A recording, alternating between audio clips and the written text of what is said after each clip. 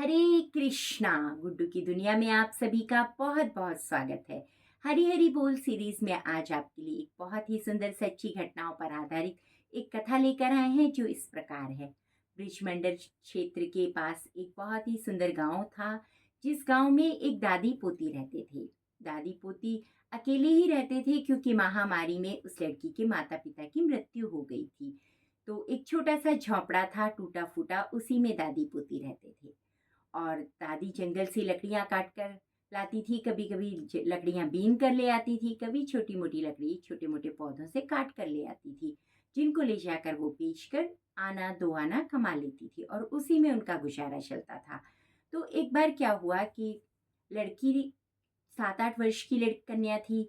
तो वो दादी से बोलने लगी कि दादी, सब बच्चे मुझे चिढ़ाते हैं, सब मुझसे कहते हैं कि तेरे साथ तो कोई खेलने वाला ही नहीं है, तेरा तो कोई भाई ही नहीं है, मेरा भाई क्यों नहीं है दादी? तो दादी कहती है, किसने कहा तेरा भाई नहीं है तेरा भाई, ये है ना लड्डू, तेरा भाई है। लड्डू गोपाल की तरफ इशारा करते हुए उन्होंने कहा कि ये तेरा भाई है। तो पोती ने मान लिया कि ठीक है, पर दादी ये घर में क्यों नहीं आता, ये बोलता क्यों नहीं है, मेरे साथ खेलता क्यों नहीं है?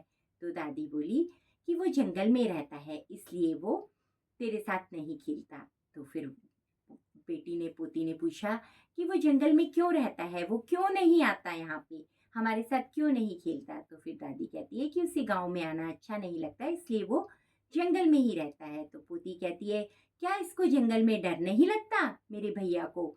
तो दादी कहती है, नहीं, उसे किसी से डर नहीं लगता। तो फिर वो कहती है कि ठीक है दादी। तो दादी अपने साथ ही पोती को भी ले जाती थी जंगल में लकड़ियां बीनने के लिए। दोनों की यही दिनचर्या थी। सुबह से शाम तक दोनों लकड़ियां बीनते थे और फिर घर आते थे, कुछ खाना बनाते, लड्डू गोपाल जी को प्रेम से भोग लगाते और उन्हीं के साथ बैठकर खुद भी जो रूखा सूखा था खाते थे। तो अब रक्षाबंधन आने वाला था।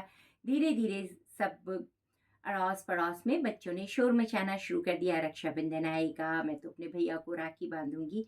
इस तरीके से सब बच्चे कहने लगे। तो सब बच्चों ने उस छोटी सी गुड़िया को चिढ़ाना शुरू कर दिया। उस लड़की का नाम चंदा था। चंदा को सबने चिढ़ाना शुरू कर दिया कि चंदा, तेरा तो कोई भाई है नहीं, तेरा भाई तुझे कौन, तू किसको राखी बांधेगी, तेरे से कौन राखी बंधवाएगा, तेरा भाई तो जंगल में रहता है, तू कहती है, तो तुझसे तो कोई राखी बंधवाएगा नहीं। तो वो रोने लगी और लड्डू गोपाल जी की प्रतिमा को पकड़कर और उनसे लिपटकर बहुत रोई और बोलने लगी, भैया तुम घर क्यों नहीं आते हो, तुम मेरे साथ खेलते क्यों नहीं हो, मैं तुमसे मिलना चाहती हूँ, मेरे भैया घर आ जाओ, मैं तुम्हारे साथ खेलना चाहती हूँ। तो अपनी दादी से कहती है कि दादी, मुझे भी अपने भैया को राखी बांधनी है। तो दादी कहती है कि ठीक है, तू लड्डू गोपाल जी को राखी बांध देना। वो कहती, नहीं, मुझे साक्षात राखी बांधनी है, मुझे उनके हाथ पे राखी बांधनी है।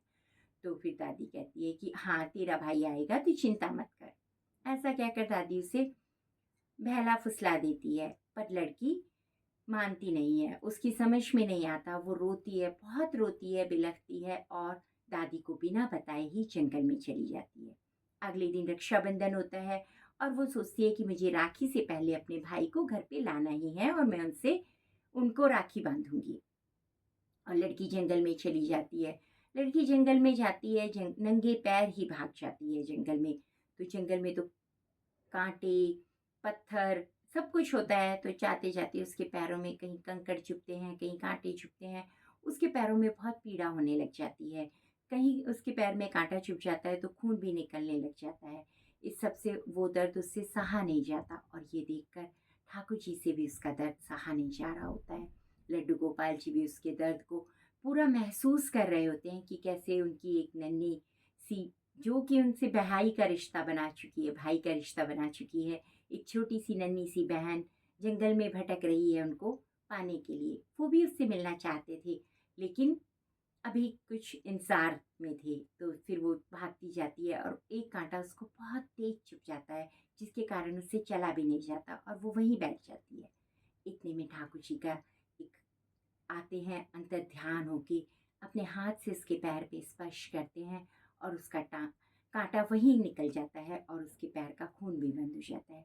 लड़की फिर खड़ी होती है अपनी धुन में और फिर पुकारते हुए, भैया भैया तुम क्यों नहीं मिल रहे मुझे, मेरे भैया आ जाओ ना, चिल्लाती हुई चलती जाती है, चलती जाती है। जब पूरे जंगल में भागती रहती है और एक जगह थक हार के गिर जाती है और तेज से चिल्ला चिल्ला के रोने लग जाती है कि भैया तुम आओ ना, ओ मेरे भैया तुम कहाँ चले गए, तुम आते क्यों नहीं हो, चंदा तुम्हें बुला रही है। एकदम से अब ठाकुर जी का दर्द भी असहनीय हो जाता है, वो बर्दाश्त नहीं कर पाते और तुरंत प्रकट हो जाते हैं एक सांवले सलोने 11 वर्ष के बालक के रूप में और कहते हैं, चंदा मैं आ गया, देख तेरा भाई आ गया, उठ मेरी बहना, रोना बंद कर। और चंदा कान्हा जी से, लड्डू गोपाल जी से, ठाकुर जी से लिपट जाती है और लिपट के रोने लग जाती है। भैया तुम कहाँ चले गए थे, क्यों चले गए थे, तुम्हें अपनी बहन से जरा भी प्यार नहीं है, तुम क्यों नहीं आते, सबके भाई उनके साथ खेलते हैं। तो फिर लड्डू को कान्हा जी उसे बहुत प्यार करते हैं, ठाकुर जी उसको समझाते हैं कि मैं ज़रूर आऊँगा तुझसे मिलने मेरी बहन, तो चिंता मत कर। कहती है नहीं, आप अभी मेरे साथ घर चलिए और आपको कल मुझसे राखी बंधवानी है।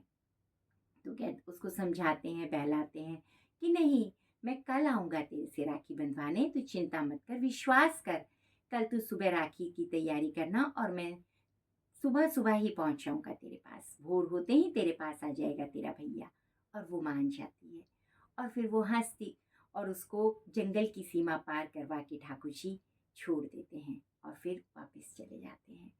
अब तो चंदा के पंख लग जाते हैं और भागती हुई घर पहुंचती है। उधर दादी का रो रो के बुरा हाल हो चुका होता है, हर जगह पूरे गांव में ढूंढ चुकी होती है लेकिन चंदा कहीं नहीं मिलती। दादी कहती है, तू कहाँ चली गई थी मेरी बच्ची, और सीने से लगाकर पिलक पिलक कर रोती हैं दादी पोती। लेकिन चंदा की तो खुशी का कोई ठिकाना ही नहीं था। चंदा कहती है, दादी अब रोने के दिन गए, दादी मेरा भैया मिल गया मुझे, वो आ गया है वापिस, अब वो आने वाला है, कल वो आ जाएगा और हमारे साथ मुझसे राखी बंधवाएगा, हमारे साथ खाना खाएगा, यहीं पे खेलेगा। दादी सोचती है कोई बालक मिल गया होगा जंगल में इसको, जिसको लेकर ये इतनी प्रसन्न है। और वो बहुत खुश होती है दादी भी कि चलो बच्ची को थोड़ा सा दुख कम हुआ। और इस तरीके से वो अपनी दादी से फिर जिद करती है कि अभी जाओ आप और एक सुंदर सी राखी मेरे भाई के लिए लेके आओ। दादी जाती है दुकान पर और उसके लिए एक सुंदर सी राखी लेकर आती है। अब सुबह होते ही चंदा उठती है, नहा धोकर तैयार होकर झोपड़ी की चौखट पर बैठ जाती है, राखी का छोटा सा थाल सजाकर बैठ जाती है कि मेरा भैया आएगा और मैं उसको राखी बांधूंगी।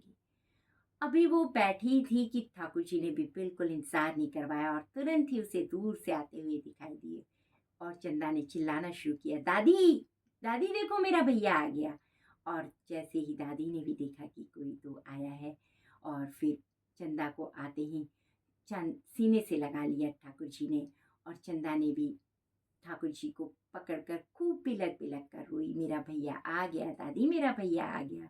बहुत स्नेह किया ठाकुर जी ने चंदा को और दादी ने भी ठाकुर जी को बहुत स्नेह किया कि एक बालक उनकी पोती के लिए आया है और उससे प्रेम कर रहा है, उसको राखी बंधवाने आया है। उस समय तो दादी समझ नहीं पाई कि ये कौन है, लेकिन ये जानकर कि कोई बालक तो आया है उनकी पोती से राखी बंधवाने, दादी भी बहुत प्रसन्न हुई। और फिर चंदा ने अपने ठाकुर जी को तिलक लगाया, उनकी आरती उतारी और उनको जो भी रूखा सूखा प्रसाद बनाया हुआ था दादी ने वो खिलाया और राखी बांधी।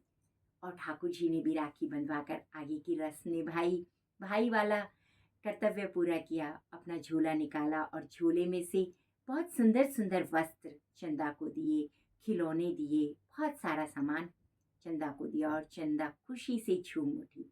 उसको तो जैसे मानो पंख ही लग गए थे।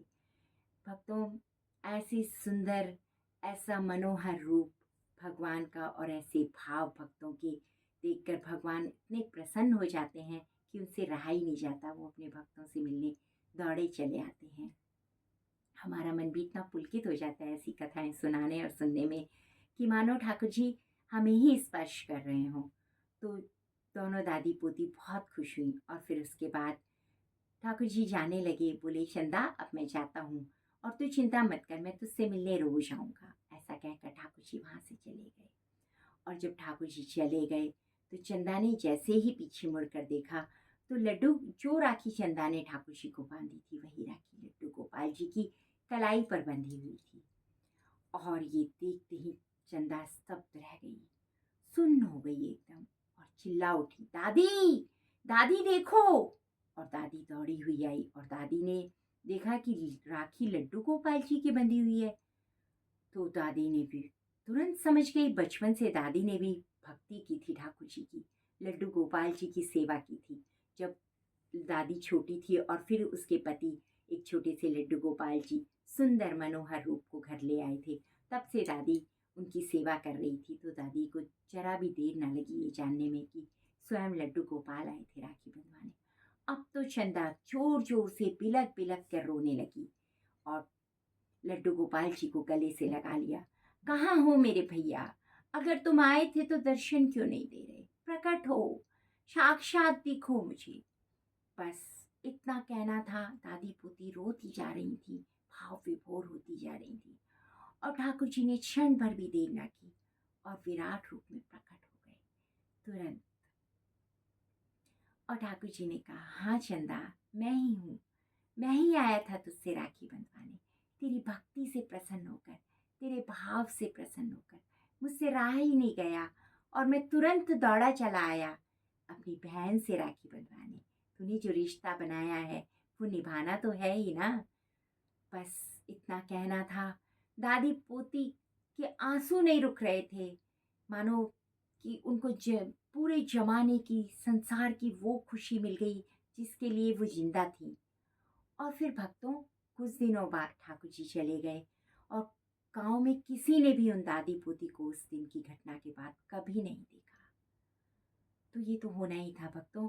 जब ठाकुर जी के साक्षात दर्शन हो जाते हैं उसके बाद तो जीने की या किसी भी चीज़ की कोई इच्छा ही नहीं रहती, ऐसी वो होती है।